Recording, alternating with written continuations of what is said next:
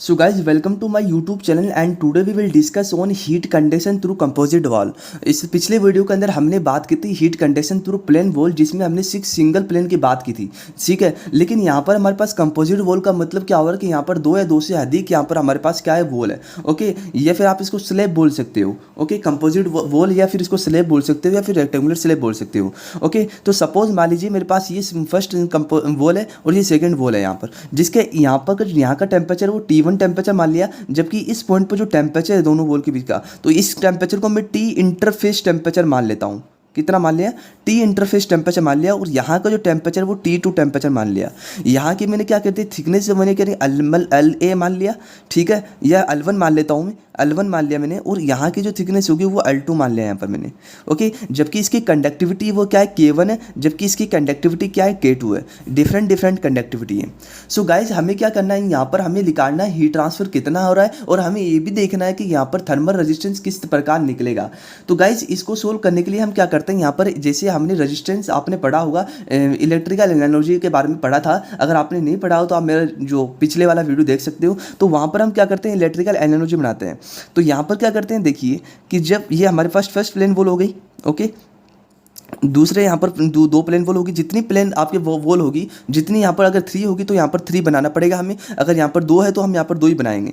तो यहाँ का टेम्परेचर कितना, T1 था, जहाँ पर हमने Q1 यानी कि हीट सप्लाई की यहाँ पर, ओके। सपोज मान लीजिए यहाँ पर Q1 हमने हीट सप्लाई की यहाँ पर, और क्या हुआ कि यहाँ पर टेम्परेचर हमारे पास T1 है, और यहाँ का थर्मल रजिस्टेंस मैंने इसको RT मान लिया। जबकि यहाँ पर टेम्परेचर कितना, T इंटरफेस, ओके।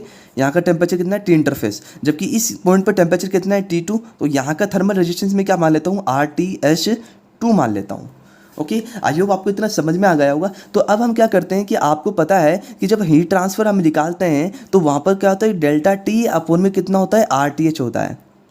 तो यहाँ पर RTH हमारे पास 2 है, तो ये RTH है वो 1 प्लस का RTH कितना हो जाएगा, यहाँ पर 2 हो जाएगा, ओके। सो इसका मतलब क्या हुआ कि जो डेल्टा टी क्या होगा, आपको पता है कि हायर टेम्परेचर माइनस का लोअर टेम्परेचर की बात करते हैं हम, ठीक है। तो यहाँ पर क्या करोगे आप कि जो T1 माइनस का यहाँ पर कितना हो जाएगा, T2 हो जाएगा, क्योंकि यहाँ पर हायर टेम्परेचर T1 है और लोअर टेम्परेचर T2 है, ओके। और अपोन में कितना हो जाएगा, RTH। और आपको पता है गाइज कि RTH क्या होता है, हमने पिछले वीडियो में पढ़ा था कि RTH is equal to L upon में KA होता है, ठीक है। तो इसका मतलब L1 अपोन में K1 इंटू A1 हो जाएगा, एरिया ऑफ यानी कि स्लैब का एरिया हो जाएगा, K1 इसकी कंडक्टिविटी, L1 जो इसकी थिकनेस आपकी होगी, प्लस अब RTH2 की बात करेंगे तो यहाँ पर कितना हो जाएगा कि L2 अपोन में K2 इंटू A2 हो जाएगा, ओके गाइज। तो यहाँ पर आपको समझ में आ गया होगा, ओके। सो ये जब समझ में आ गया तो यहाँ पर हम क्या करना है कि अब इसके बाद में हमने यहाँ पर क्या कर लिया है कि हीट ट्रांसफ़र हमने निकाल लिया कि कितनी जो है वो, यानी कि हीट ट्रांसफ़र यहाँ पर जो है वो होगी यहाँ पर, ओके। इसके बाद में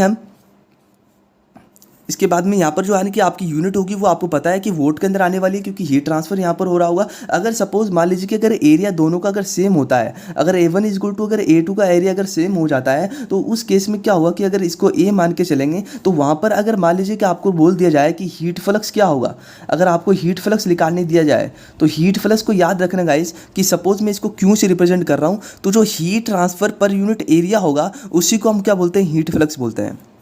हीट ट्रांसफ़र पर यूनिट जो एरिया होगा उसी को हम हीट फ्लक्स बोलते हैं। और एक बात और बोलता देता हूँ कि अगर सपोज़ आपको टी इंटरफेस टेम्परेचर निकालने बोल दिया जाए, कि सपोज़ हमें ये तो निकाल नहीं लेंगे, लेकिन अगर आपको बोल दिया जाए कि हमें टी इंटरफेस टेम्परेचर निकालना है, तो किस प्रकार निकालोगे आप, तो हमें क्या करना है कि इस वॉल को इस वॉल के बराबर कर देना है, क्योंकि जितना हीट ट्रांसफ़र यहाँ हो रहा है उतना ही होगा इसमें भी। तो कहने का मतलब क्या हुआ कि एक तरीके से हमें क्या करना पड़ेगा कि इन दोनों को हमें इक्वल करना पड़ेगा। कैसे करेंगे इक्वल, इन दोनों को क्या करेंगे हम, इक्वल करेंगे।